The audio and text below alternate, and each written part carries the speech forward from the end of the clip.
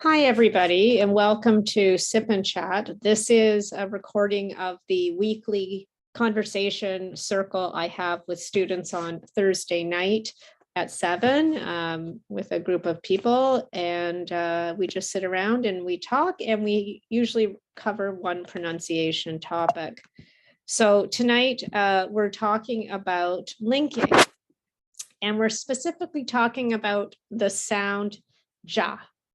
So English writing is completely different than English speaking. So if you look at this sentence, you won't recognize the spelling, but you might be able to figure out what it says. So I'll give you a little hint. The little hat represents the sound of wood. So take a minute and think of what this sentence actually says. Well, this is what it says. It says, did you want to learn about linking? But actually, we don't talk like that. Native English speakers say, did you want to learn about linking? Did you want to learn about linking? And you can see the ja there. Didja is a sound we often use. So didja, it has the sound ja, and ja comes from linking. So we use this all the time. We say ja. You probably have heard it. For example, you might have heard, did you hear about the crash in southern China yesterday? Would you pick up some milk on the way home? Could you get me some coffee, dear? So we say that, did ya, could ya, would ya. So let's repeat that. Did ya, please repeat. Would ya, could ya. The little hat, as I said, is the same sound that's in wood. What's in wood? The ja comes from combining the did and the you.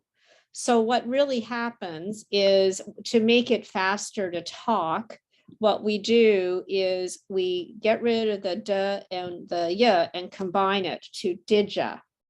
This only happens with words that end with a d sound, and the next word that starts with a y sound, usually you, because we don't have that many words.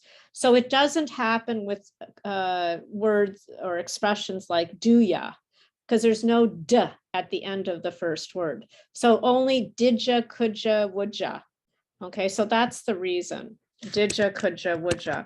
It actually allows us to speak quicker by doing that. And it's also more natural for the mouth to start with a consonant sound, the ja, than the harder y sound. Okay, so that's linking. That's what linking is. And but we use the ja sound also in other words, usually at the beginning of the sound. So it's not just in linking, it's also in words. Those of you who have been with me before know that every vowel sound in English can be mapped or connected to a color that has the same sound. So the sound is the same color as, or the same sound as the in mustard. Mustard is like a dark yellow kind of brown color. So it's ya, The j is not in every language. So some people have trouble saying that. They have trouble saying, they say yeah instead. If you're from Colombia, you say yeah, maybe. Or if you might say ja, like Asia. Okay, but this is a harder sound, like j, but not as hard as cha. Very close. So ja. So let's practice some words. Now, the hardest one is judge, because it's a j, j sound. So let's practice that. Judge, jump, jungle, justice. So ja, which rhymes with da, da means like really, is a word in English and we use it for polite requests. For example, would you please do me a favor? Or could you please help me out? And we also use it when we're asking about the past politely. Did you pick up some milk today, honey? Okay, so hopefully you'll be able to use this in your own pronunciation and say that correctly. So just a reminder for the Brazilians out there that are watching the video, we are starting the first pronunciation for Brazilians class starting April 25th. We're already halfway full.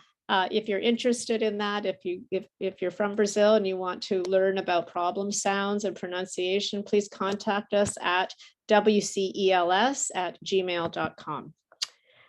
For everybody else, have a great night. Bye.